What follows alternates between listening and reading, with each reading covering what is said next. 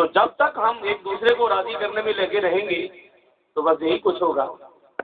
لیکن جب مدینے کو سلطان کو راضی کرنے کے لیے نعت پڑھیں گے تو پڑھنے والا پڑھے گا، اور مدینے کا سلطان جب مدینہ پاک سے، یقینی سی بات ہے کہ اب بھی ہمارے اعمال پر حاضر و ناظر ہے انشاءاللہ، اور ہماری اس کیفیت کو دیکھ کر کیا کریم آقا راضی ہو رہے ہیں.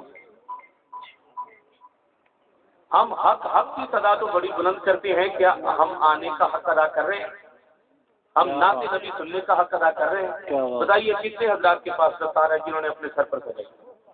کتنے حضرات جو وضو کر کے آئے؟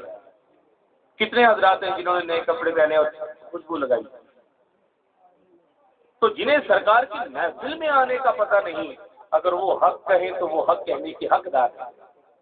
حق یہ ہے کہ آپ اپنے علاقہ کے ایم پی اے یا ایم این اے سے ملنے جائیں، کسی وزیر سے ملنے جائیں، بن ٹھن کے جاتے ہیں، اچھے کپڑے پہن کے جاتے ہیں، غسل کر کے جاتے ہیں، کنگھی کر کے جاتے ہیں، خوشبو لگا کر جاتے ہیں. کیوں؟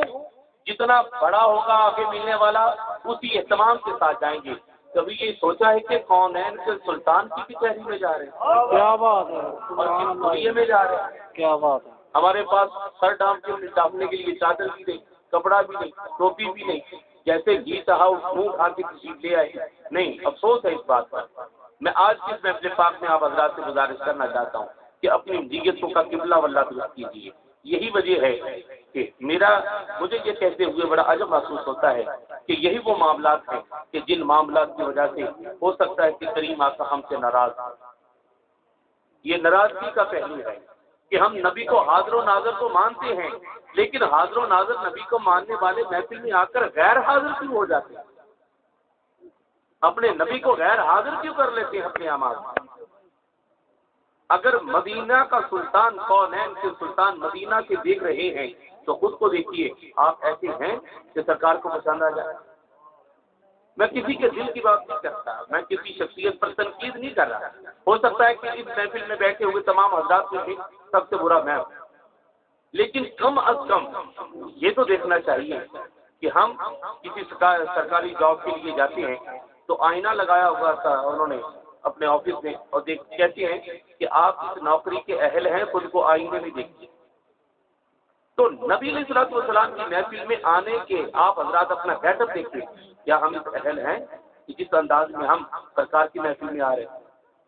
تو محفل میں روحانیت پیدا ہوتی ہے کہ جب ہر سننے والی کی تصورات کا مرکز گنبد خضرا ہوتا ہے، اور جب کوئی پڑھنے والا پڑھتا رہے اور سننے والا سن کر مست ہوتا رہے، پڑھنے والے کو یہ کہنا نہ پڑے کہ کہیے سبحان اللہ.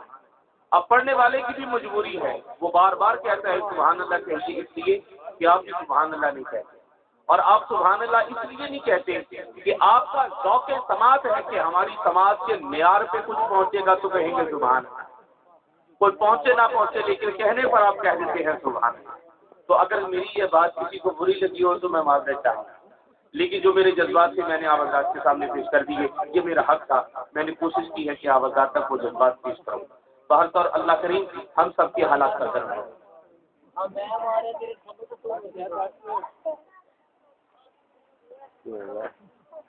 پاک میں آنے کے جو تقاضے ہیں انہیں بہرطور کوشش کیجیے کہ پورا کریں. میں آپ حضرات کے سامنے اگلی شخصیت کو پیش کرنے جا رہا ہوں. جناب محترم قاری منور صاحب ہمارے درمیان تشریف فرما ہے. اللہ کا پاک کلام پڑھنے کے حوالے سے ان کے